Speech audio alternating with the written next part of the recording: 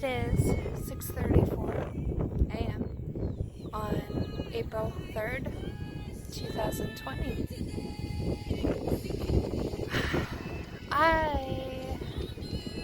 We're in the midst of a pandemic, global pandemic. I'm at my grandparents' farm, now owned by my uncle, my very kind, sweet, generous uncle, because my grandparents are in heaven, and we're here on Earth in the midst of a pandemic at sunrise on a farm. The very best, most blessed way to practice social isolation.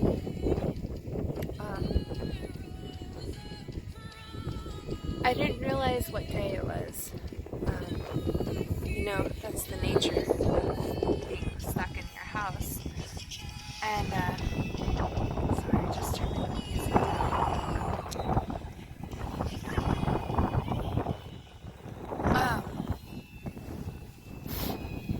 Something kind of crazy happened what I thought was about a year ago, but it turns out it was a year and a week ago to this day. And I felt God speaking to me to have a meeting with my grandfather and my uncle and my cousin who was here. And it was a meeting about hops, about planting hops at our family farm. And it was kind of crazy. I'm a wedding photographer. I'm not a farmer. I'm hoping to become a farmer. But I met with my pappy, who was a farmer, the best farmer I ever met, a wise farmer who knew and loved his land and his animals and loved his God and saw God in these fields morning by morning, sunrise by sunrise. And what was on my heart was to talk to him about planting something new here. We had just lost my grandmother, the love of his life, a month and a half prior to that, and we needed to set our hearts on something of hope together, to be able to walk through that grief. And because we have German heritage, hops came to mind, beer came to mind. This is what our people have done since I don't know, a long time. And to my surprise, my pappy was excited about the idea. I am kind of known as the crazy artist of the family with lots of crazy ideas, and when he shook my hand in business or adventure with me that day, a week and a year ago today, he said, I think we should plant a few and see what happens. I know it was a year and 1 week ago because I thought the anniversary of that date was coming up, and as it turns out, with being in the cloud of pandemic, I missed it. And what today's anniversary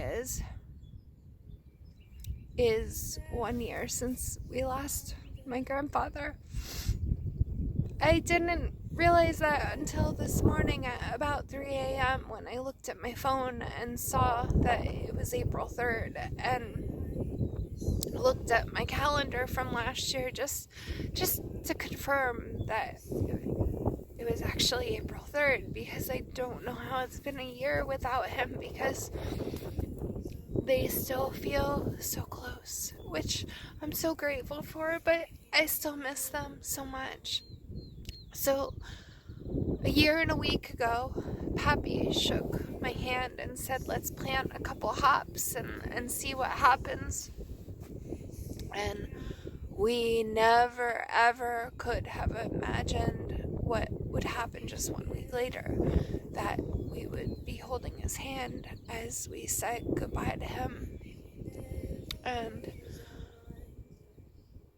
let go of him, praying and believing as angels ushered him into the other side of eternity.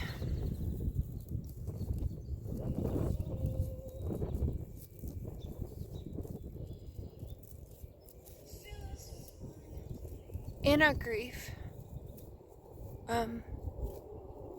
my uncle and I decided to still plant hops because Pappy said to. Let's plant a few and see what happens. And my uncle and my cousin they put up these poles, and my husband helped string wire and coir, and my cousins and I planted hops, little tiny baby hops, in these fields where my grandmother and my great-grandmother and many of my family members have planted. And we rose to the occasion in Pappy's honor to plant. And the thing about hops is they love nitrogen. And I'm not much of a scientist, but in my limited understanding, nitrogen is a fancy word for compost or manure, which is a fancy word for shit. Hops thrive in shit. Here they are. Look at that. Can you see that little life coming through? So yeah, hops. They thrive in shit. So a big part of our planting process was shoveling shit, shoveling cow manure, building little piles for these baby hop plants to pull their life from, pull their nutrients from. And I joked with my pappy at that initial meeting that if we ever got to the point where we could brew a beer here at the farm and sell it and share it, that the name would be Ohrschlacher. In those weeks before we lost Pappy, we got him to teach us how to cook so little making that shit. He was never a big fan when I said that word, Ohrschlacher. But I think you can guess what it might mean. And it seemed a really fitting name for a beer that was birthed out of hops that were planted out of grief, and a plant that thrives when it has shit piled on it. So our little tagline would be, and eventually will be, Ohrschlacher: when life hands you a pile of shit, grow from it. This spring, I had plans to have this day out on the farm where I would invite people who were experiencing significant grief, who had lost someone or something that was really precious to them, had changed them. And the idea behind the day was going to be the shit show. Welcome to the shit show. And it being a place for grief and hope to coexist, because with every inkling of my being, I believe that to be true, that we can be deep in grief and deep in hope at the same time, and that there's great communion with God and life there. So that was the idea.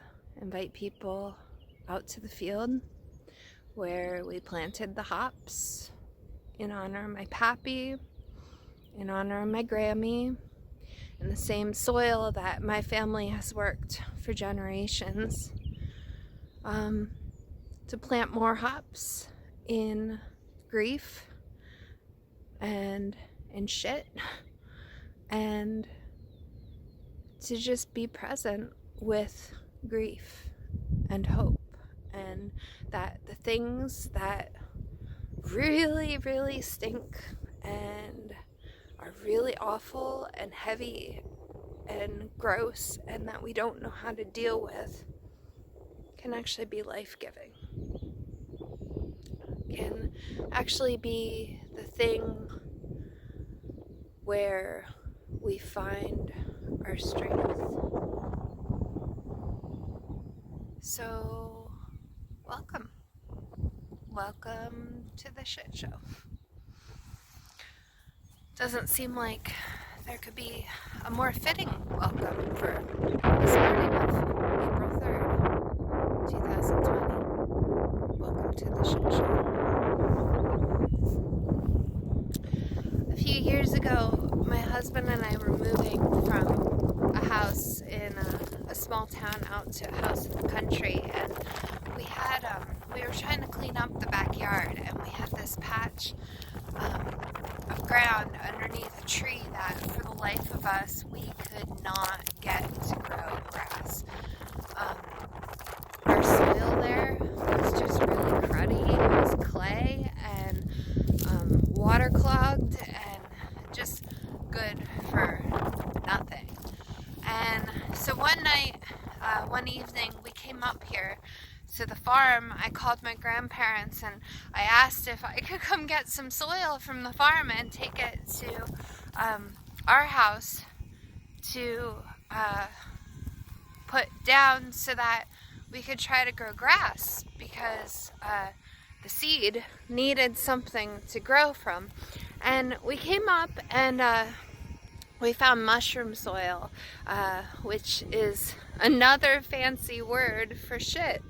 And we were in this field scooping up the mushroom soil and soil from this field to try to plant our grass. And my husband and I had our shovels, and I don't know, it was just a beautiful evening. The birds were chirping, the farm dog was running around, our kids were running around, and I looked at him and I said, I feel like for the first time in my adult life, my Memmy, my great grandmother, is looking down and really proud of this moment. And I kid you not, I said that, and then John shoveled, and in the dirt that he shoveled up from the ground, he pulled up this key. You can't make that up. This very field. I spoke about my Memmy, woman I never met that I heard had a hard spirit, but that woman, she raised 11 kids off of this land during the Great Depression. She did it. And in that moment that I acknowledged her and my love and connection to her, my husband pulled up this key from the soil. That's crazy, right? So God speaks about keys. There was this guy Simon, who was having a conversation with Jesus, and Jesus said, Simon, who do you say that I am? And Simon looked at him and he said, you're the Son of God. And there was this acknowledgement that Jesus was the answer to the need that these people had been crying out to for ever. And Peter, Jesus looked at Simon and said, Peter. He changed his name. He called him Peter. And he said, I'll build my church upon this rock. I will give you the keys to my kingdom, that whatever you loose on earth will be loosed in heaven, and whatever you bind on earth will be bound in heaven. And I can't say I totally understand that, but that's power. Kingdom of heaven.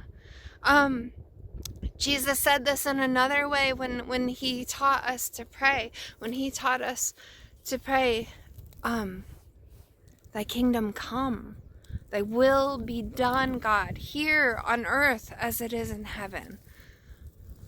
We have an invitation to acknowledge the eternal God that wants communion and relationship with us, who wants to know who we think he is, who wants to hand us keys.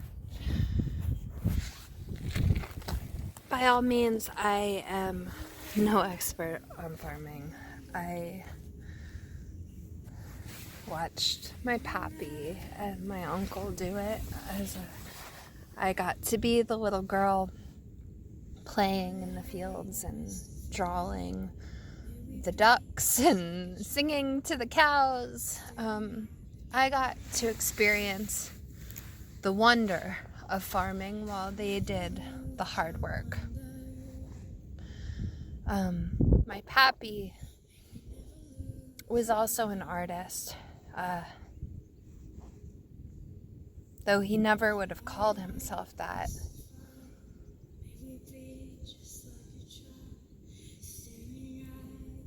But he always made space for me to practice my art, to explore my art, and he gave me the opportunities that he was never afforded. And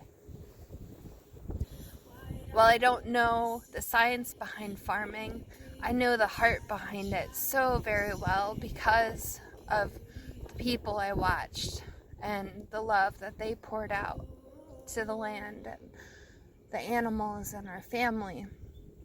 And farming has changed so much in the past 40 years, 60 years.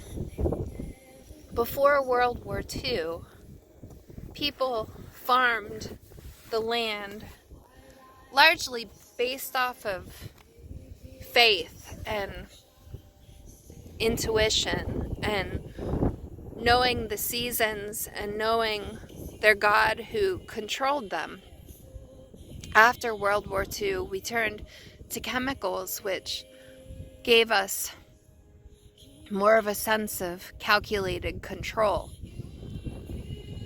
But before that, before chemicals in our soil and in our food, we leaned into and we labored into and we rested into the science of decay that soil, that death leads to life. Good soil is full of decay, which breathes life into what comes next, what's planted next.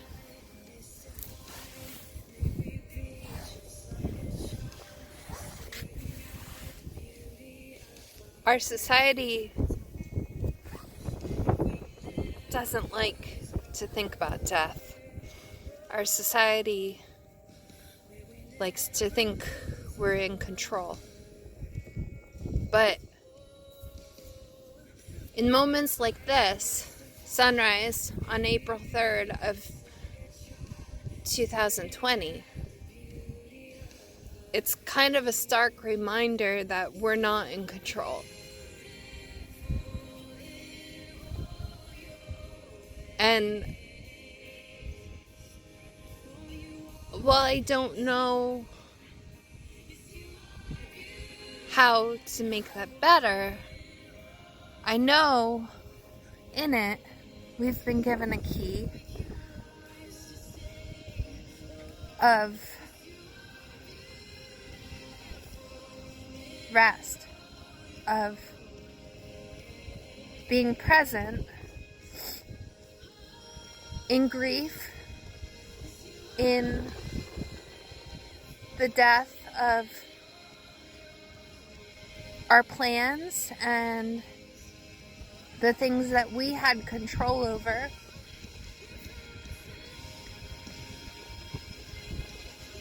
And for some of us, present in grief of more sacred things,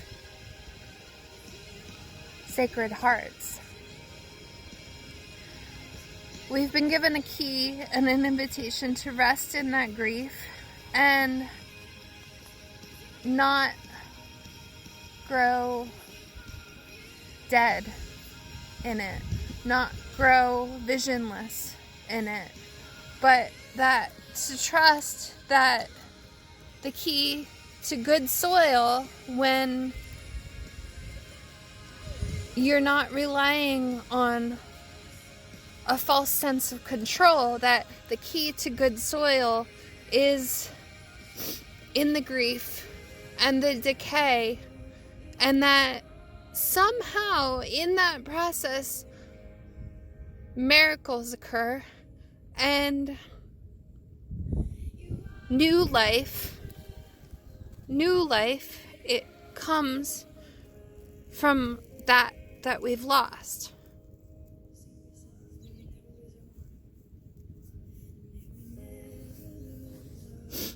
This is the key that I pulled up from the soil.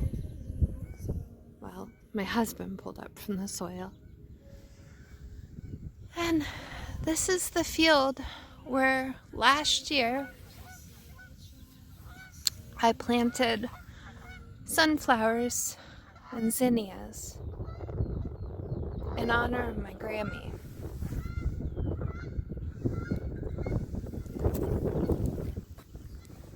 They lay here, dead, but filled with seed.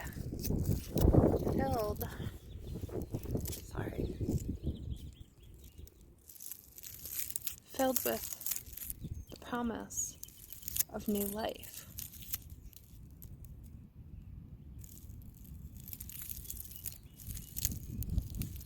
In just a couple weeks, we'll be planting flowers again. And in just a couple months, God willing, these seeds will be flowers. And this barren land will be lush with an abundance of life and beauty.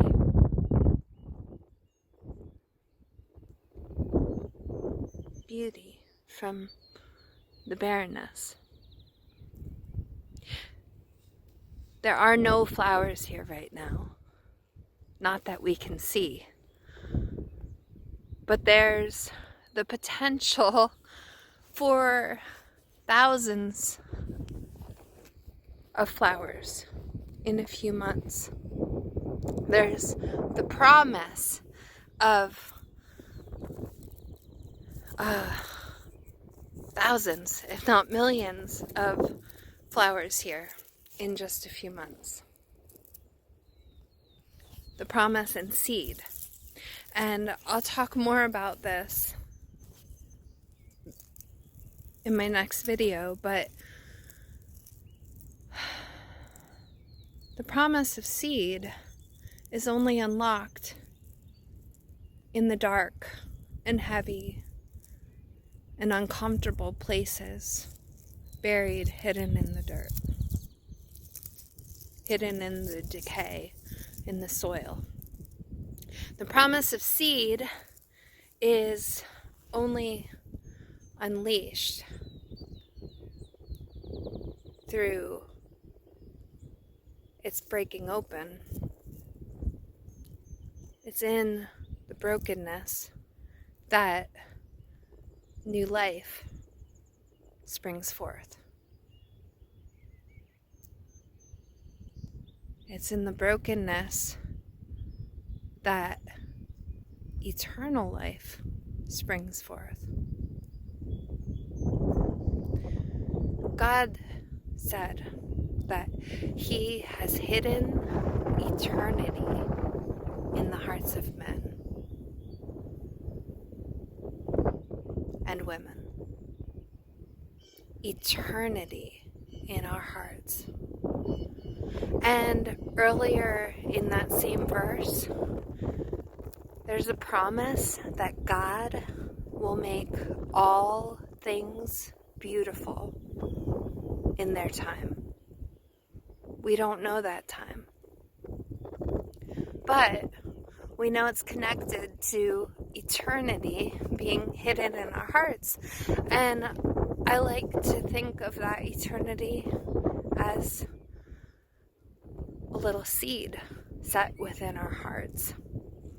And if seed comes to life by being broken, then I feel like it's fair game to rest in peace, even in the midst of a broken heart, even in the midst of pandemic. Praying for peace for you, peace in the pandemic.